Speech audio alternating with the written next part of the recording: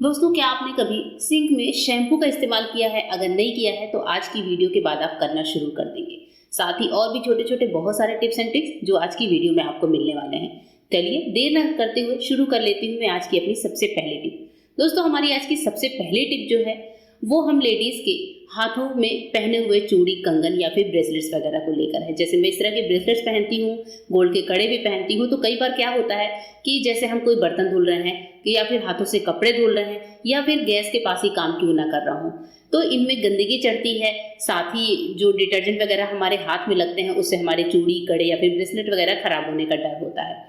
तो जब भी हम काम करते हैं तो क्यों ना कुछ ऐसा उपाय करें जिससे हमारे चूड़ी, कंगन हमें हाथ से भी ना निकालने पड़े, साथ ही हमारे ब्रेसलेट्स खराब होने से भी बच जाएं। तो इसके लिए मैं क्या करती हूँ, हमारे पास इस तरह के मोटे वाले रबड़ बैंड्स होते हैं जिनकी हम पोनी वगैरह बनाने में इस्तेमाल करते हैं।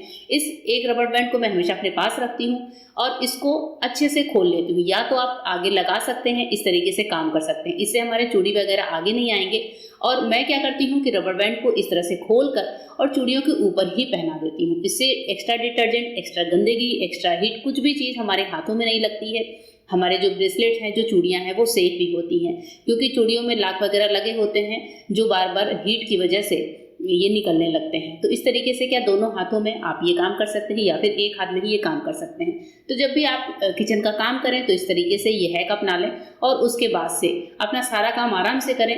नेक्स्ट टाइम जब आपका काम खत्म हो जाए तो फिर आप इन रबर बैंड्स को उठाकर रख सकते हैं। इनको आप चाहे वॉश करके धूप में सुखा भी सकते हैं। ये रबर बैंड से हमारे बहुत सारे काम आसान होते हैं और इस तरीके से कर कर मैं किचन का बहुत सारा काम कर भी लेती हूँ। होप करती हूँ ये टिप आगे आपके भी काम आएगी। कैसी लगी जरूर बताइएगा। बढ़ते हैं नेक्स्ट टिप की तरफ। नेक्स्ट टिप है हमारी सिंक को लेकर। सिंक जो होता है, डेली हम सब क्या करते हैं, खाना बनाते हैं, बर्तन धुलते हैं, उसके बाद से एक बार डिटर्जेंट से तो वॉश कर ही देते हैं। आपने देखा है जब काफ़ी साल हो जाते हैं तो हमारे सिंक की चमक खत्म सी हो जाती है। हम कितना भी इसको डिटर्जेंट से वॉश करें पर सिंक में वो शाइन नहीं आती जो नए सिंक में होती है। तो मैं क्या करती हूँ, इसके लिए इस्तेमाल करती हूँ शैम्पू का। जी हाँ, हम कोई सा भी शैम्पू यूज़ कर सकते हैं, ज़रूरी नहीं है कि आप किसी महंगे ब्रांड का ही शैम्पू यूज़ करें।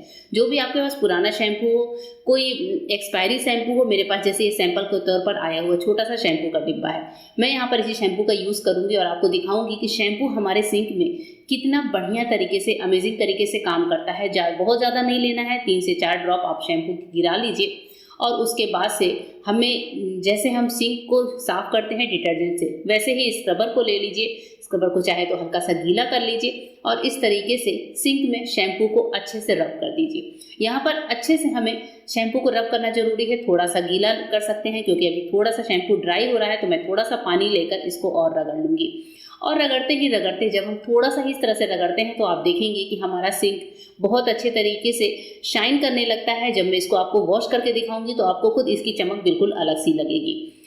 जो पानी के दाग होते हैं सिंक में साइड साइड में जम जाते हैं, कुछ गंदगी वगैरह होती है, मिट्टी के दाग होते हैं, सिंक की पूरी प्रॉपर शाइनिंग खत्म हो जाती है। आप देख रहे हैं कि मैंने शैम्पू से सिंक को बहुत अच्छे तरीके से क्लीन कर दिया है। चारों ओर से स्क्रबर को वॉश करके रख देती हूँ और पूरी सिंक को पानी से अच्छे से क्लीन कर लेते हैं। तो मैं क्या करती हूँ कि ग्लास से ले लेकर और सिंक के चारों तरफ अच्छे से पानी गिरा देती हूँ, जिससे ये बहुत अच्छे से क्लीन हो जाता है। पूरे सिंक को क्लीन करके फिर मैं आपको दिखाती हूँ कि हमारे सिंक की शाइन कैसी आई है। और एक बात और बताना चाहूँगी दोस्तों कि ये काम आपको डेली नहीं करना है। सिर्फ 2 या 3 दिन के बाद आपको एक बार सिर्फ शैम्पू से सिंक की सफाई करनी है। आपको खुद फर्क नजर आएगा कि शैम्पू से क्लीन करने के बाद आपका सिंक कैसा दिख रहा है और जब हम डिटर्जेंट से वॉश करते हैं तब हमारा सिंक कैसा दिखता है। पानी के कोई एक्स्ट्रा दाग वगैरह हो, सिंक की शाइनिंग खत्म हो गई हो, स्टील की शाइन में भी फर्क आने लगता है। तो जब हम शैम्पू से इसकी शाइनिंग करते हैं, जब इसकी क्लीनिंग करते हैं तो हमारा सिंक वापस नए की तरह शाइन करने लगता है। 2 से 3 बार के इस्तेमाल के बाद ही आप देखेंगे कि सिंक इतना ज़्यादा क्लीन हो जाता है कि जैसे हम इसमें अपना फेस तक देख सकते हैं। तो होप करती हूँ ये टिप भी आपको पसंद आई होगी। नेक्स्ट टिप है हमारी कढ़ी बनाने को लेकर। जब भी आप कढ़ी का तड़का दें, उसको डिफरेंट फ्लेवर कैसे दें, उसके लिए आप इस्तेमाल करिए सूखी धनिया के बीजों का। जैसे यहाँ पर आपको तड़के में दिख रहा है कि मैंने पहले तेल में राई करी पत्ते के साथ, सूखी मिर्चों के साथ, जीरा, हिंग जो भी हम डालते हैं उनके साथ थोड़े से 1 चम्मच सूखी धनिया के बीजों का भी इस्तेमाल किया है। ये धनिया के बीज जो होते हैं कढ़ी में बहुत अच्छा फ्लेवर देने का काम करते हैं। इतना ही नहीं, कढ़ी से जुड़ी हुई 2-4 टिप और अभी देने वाली हूँ। तो ये जैसे मैंने यहाँ पर तड़का लगाया, अब कढ़ी हमारी पक रही है। अब जब हम पकौड़ों का घोल तैयार करते हैं, पकौड़े का घोल कभी भी बहुत ज़्यादा ड्राई नहीं तैयार करना चाहिए। इसको ऐसे ही गीला गीला सा रखें इससे पकोड़े क्या होते हैं, बहुत ज़्यादा सॉफ्ट बनते हैं। अब पकोड़ों को तलते समय क्या टिप फॉलो करनी चाहिए वो भी मैं आपके साथ शेयर करूंगी। कढ़ाई में जब आप तेल रखिए तो तेल आप बहुत ज़्यादा नहीं लेंगे। जैसे हम लोग कभी कभी पकोड़े बनाते हैं तो खूब अच्छे से तेल कढ़ाई में भर लेते हैं, अच्छे से डीप फ्राई करते हैं। ये गलती नहीं करनी चाहिए। कढ़ी के लिए जब आप पकोड़ों को तलें तो हमेशा तेल कम रखें और पकोड़ों को अनइवन साइज यानी कि छोटे बड़े कैसे भी गिरा सकते हैं। बहुत ज़्यादा बड़े पकोड़े भी नहीं तलें और बहुत ज़्यादा छोटे भी नहीं, नॉर्मल ऐसे ही गीले गीले से पकोड़े डाल देते हैं। और उसके बाद से आप देखेंगे कि आपके जो कढ़ी वाले पकोड़े बनकर तैयार होते हैं वो कढ़ी में जाते ही कितने ज़्यादा सॉफ्ट हो जाते हैं। जैसे मैं यहाँ पर ऐसे ही जैसे भी मुझे मतलब हाथ में आ रहा है मैं वैसे ही पकोड़े यहाँ पर तेल में गिराती हुई जा रही हूँ।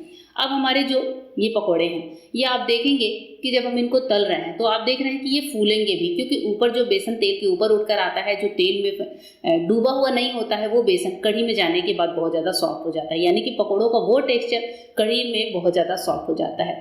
पकोड़ों को इस तरह से फ्राई कर लीजिए और हाई फ्लेम पर ही आराम से फ्राई करिए। इस बेसन में मैंने ना ही सोडे का इस्तेमाल किया है ना ही किसी बेकिंग पाउडर का।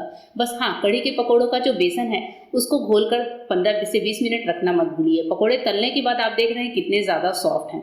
इनको अलग से पानी वगैरह में डालने की ज़रूरत नहीं है। कई बार लोग कढ़ी के लिए पकोड़ा बनाते हैं उसको पानी में पहले डिप करते हैं, ऐसा कुछ भी ज़रूरत नहीं है दोस्तों। कढ़ी में आप जैसा चाहें वैसे पकोड़े बनाकर डाल सकते हैं।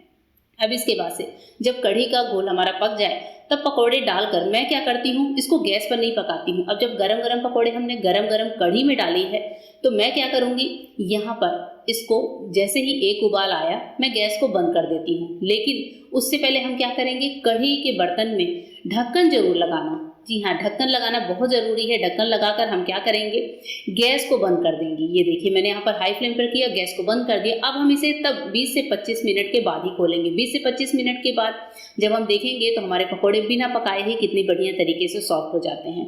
20 से 25 मिनट बाद मैं आपको कढ़ी दिखा रही हूँ। हमारे जो पकोड़े होते हैं वो कढ़ी को सोख भी लेते हैं, बहुत अच्छे से फूल भी जाते हैं, कढ़ी थोड़ी गाढ़ी भी हो जाती है। आपके घर में अगर गाढ़ी कढ़ी खाते हैं तो आप इसको थोड़ा और पका सकते हैं। अब ऐसे अभी ये कढ़ी आधे घंटे रखी रहेगी तो थोड़ी और गाढ़ी हो जाएगी, तो इसलिए मैं शुरू में इसको थोड़ा पतला ही रखती हूँ।